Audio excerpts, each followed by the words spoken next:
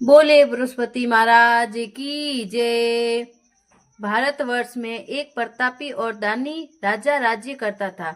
वह नित्य गरीबों और ब्राह्मणों की सहायता करता था। यह बात उसकी रानी को अच्छी नहीं लगती थी।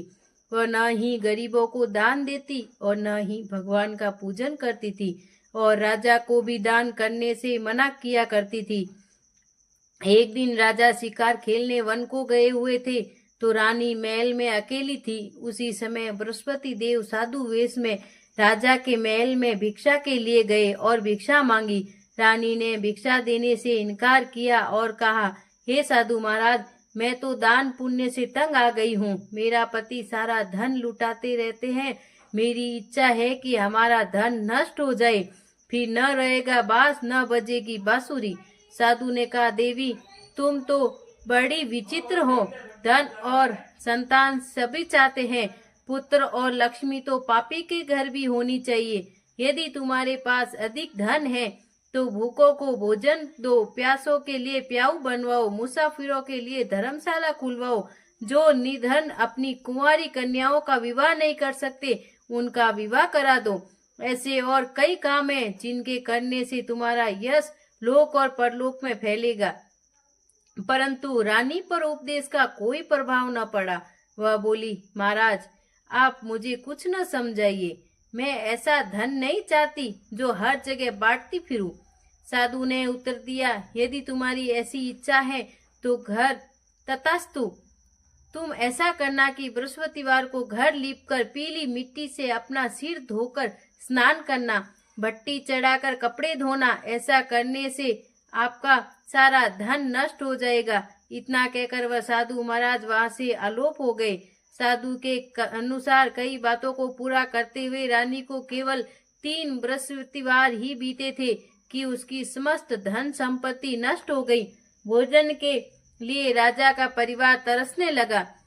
तब एक दिन राजा ने रानी से बोला कि हे रानी, तुम यही रहो, मैं दूसरे देश को जाता हूँ, क्योंकि यहाँ पर सभी लोग मुझे पहचानते हैं, इसीलिए मैं कोई छोटा कार्य नहीं कर सकता।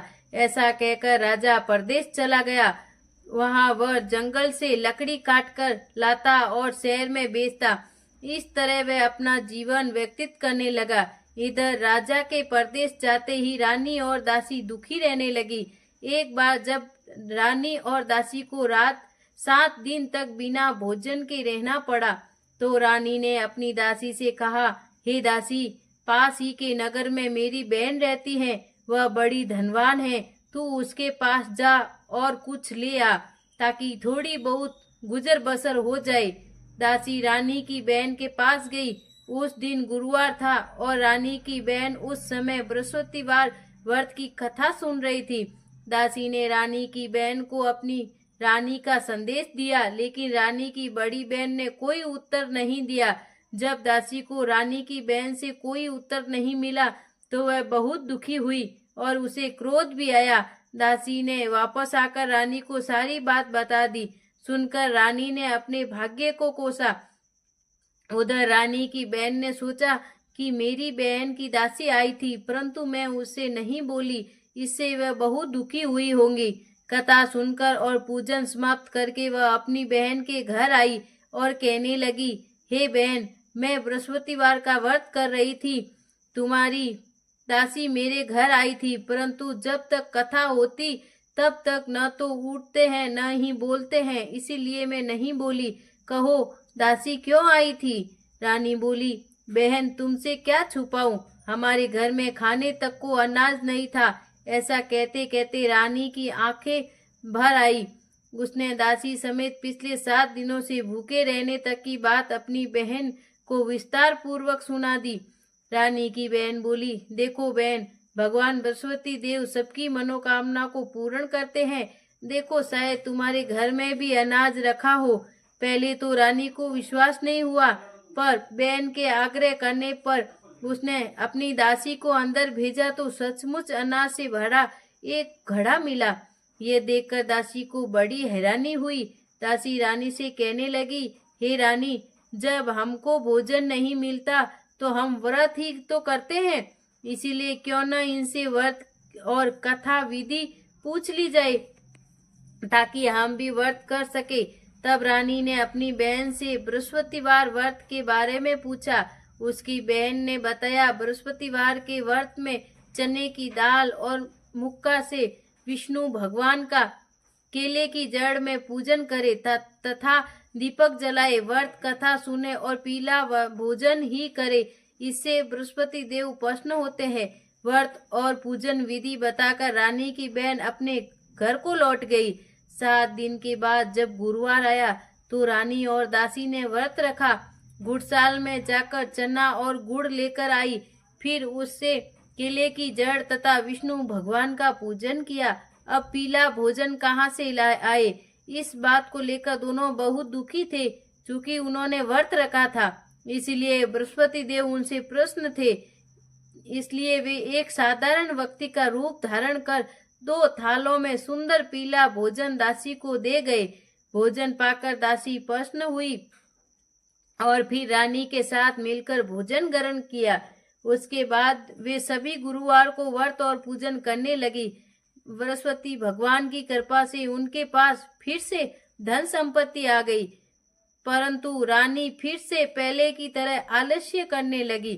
तब दासी बोली, देखो रानी, तुम पहले भी इस प्रकार आलस्य करती थी। तुम्हें धन रखने में कष्ट होता था, इस कारण सभी धन नष्ट हो गया, और अब जब भगवान बृहस्पति देव की कृपा से फिर से धन मिला है तो तुम्हें फिर से आलस्य होता है। रानी को समझाते हुए दासी कहती है कि बड़ी मुसीबतों के बाद हमने ये धन पाया है, इसीलिए हमें दान पुण्य करना चाहिए, भूखों मनुष्यों को भोजन कराना चाहिए और धन को शुभ कार्यों में खर्च करना चाहिए, जिससे तुम्हारे कुल का यश बढ़ेगा, स्वर्ग की प्राप्ति होगी और पितृ प्रसन्न होंगे। दासी की बात मानकर रानी अपना धन शुभ कार्यों में खर्च करने लगी, जिससे पूरे नगर में उसका यश फैलने लगा।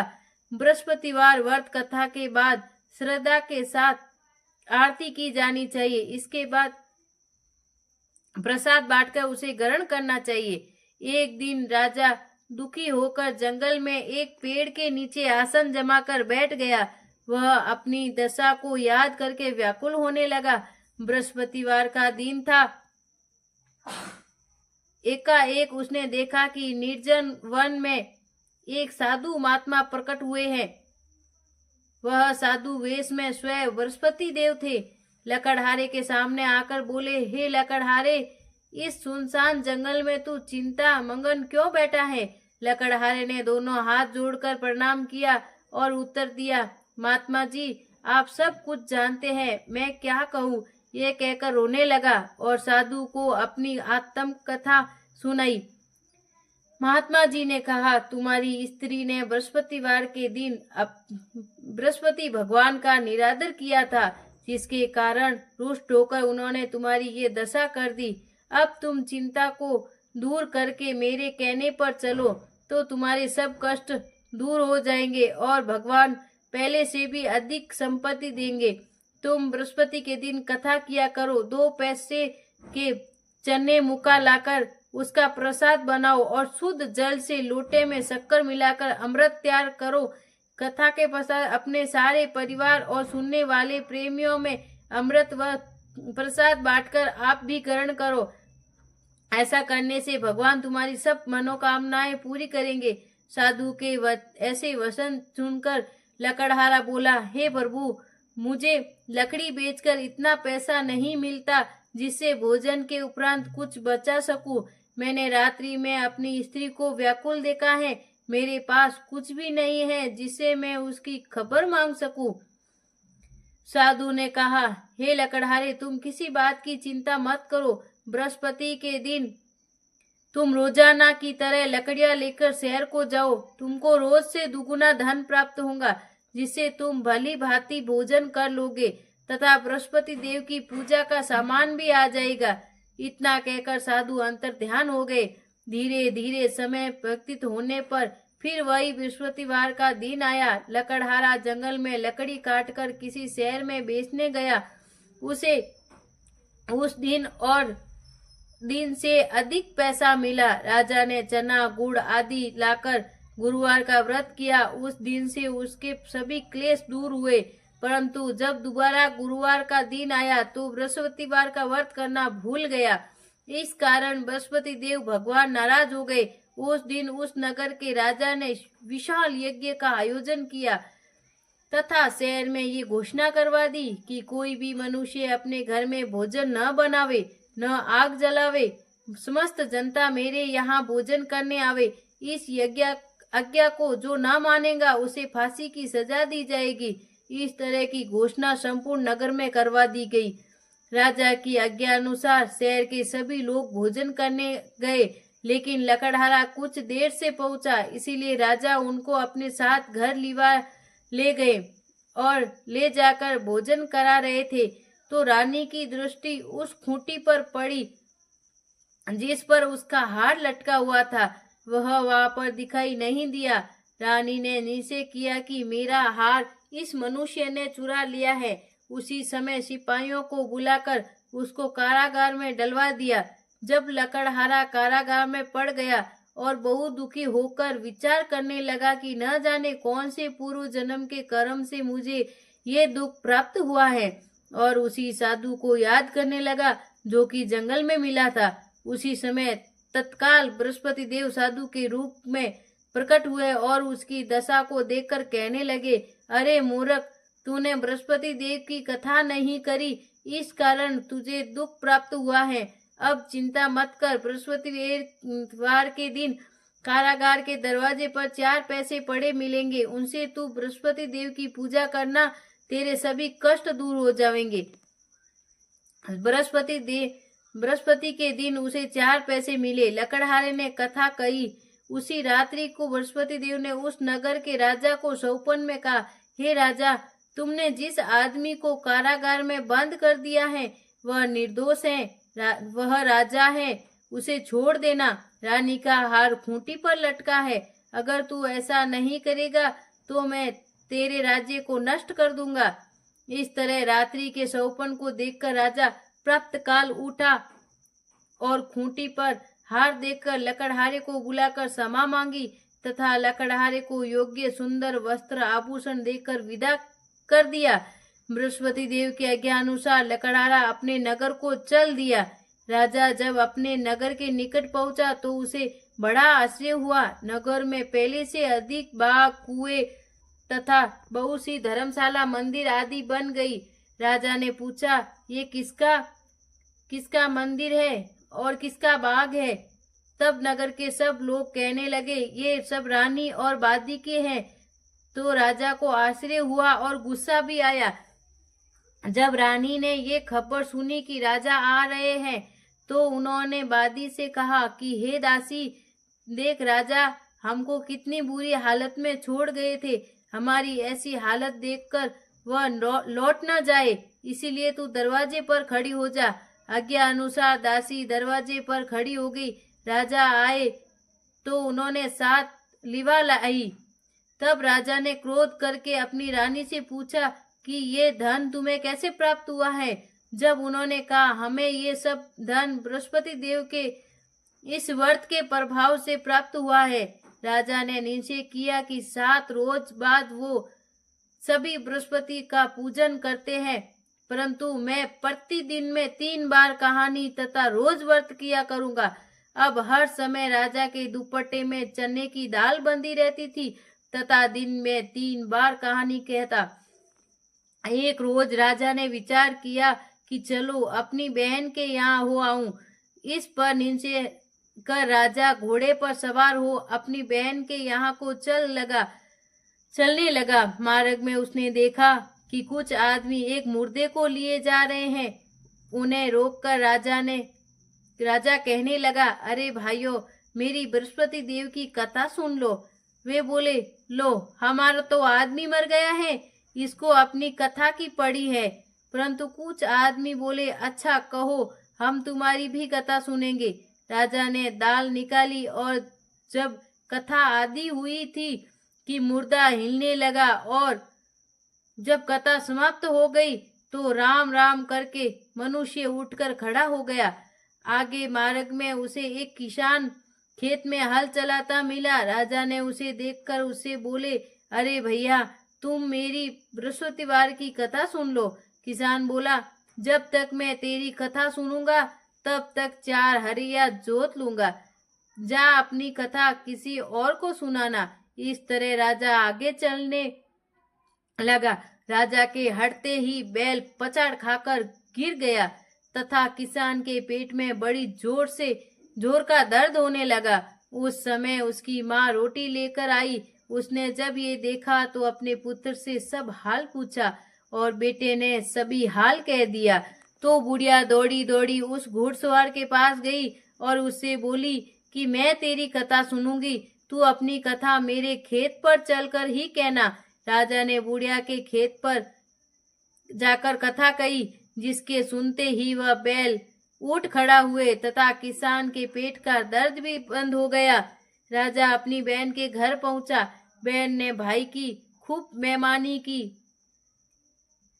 दूसरे रोज प्राप्त काल राजा जागा तो वह देखने लगा कि सब लोग भोजन कर रहे हैं।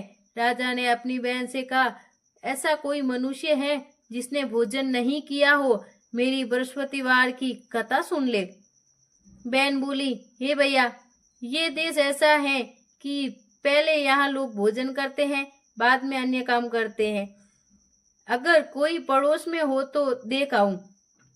वह ऐसा कहकर देखने चली गई, परंतु उसे ऐसा कोई व्यक्ति नहीं मिला जिसने भोजन न किया हो। अंत वह एक कुंभार के घर गई जिसका लड़का बीमार था। उसे मालूम हुआ कि उसने यहाँ 3 रोज से किसी ने भोजन नहीं किया। रानी ने अपने भाई की कथा सुनने के लिए कुंभार से कहा। वह तैयार हो गया। राजा ने जाकर बृहस्पतिवार की कथा कही, जिसको सुनकर उसका लड़का ठीक हो गया। अब तो राजा की प्रशंसा होने लगी।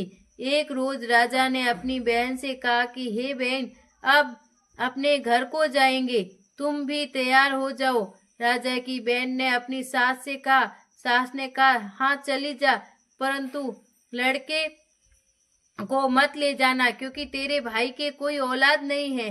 बहन ने अपने भाई से कहा, हे भैया, मैं तो चलूंगी, पर कोई बालक नहीं जाएगा। राजा बोला, जब कोई बालक नहीं चलेगा तब तुम ही क्या करोगी? बड़े दुखी मन से राजा अपने नगर को लौट आया। राजा ने अपनी रानी से कहा, हम निर्वंशी हैं, हमारा मुंह देखने का धर्म नहीं है और कुछ भोजन आदि नहीं किया। रानी बोली, हे प्रभु, बृहस्पति देव ने हमें सब कुछ दिया है, वह हमें औलाद भी अवश्य देंगे। उसी रात को बृहस्पति देव ने राजा से सौपन में कहा, हे राजा, उठ, सभी सोच त्याग दे और तेरी रानी गर्भ से है। राजा की ये बात सुनकर बड़ी खुशी हुई। 9वें महीने में उसने गर्भ से एक सुंदर पुत्र पैदा हुआ। जब राजा बोला, हे रानी, स्त्री बिना भोजन के रह सकती है, पर बिना कहे नहीं रह सकती। जब मेरी बहन आवे तुम उससे कुछ मत कहना। रानी ने हंसकर हाँ कर दिया। जब राजा की बहन ने ये शुभ समाचार सुना तो वह बहुत खुश हुई तथा बधाई लेकर अपने भाई के यहाँ आई।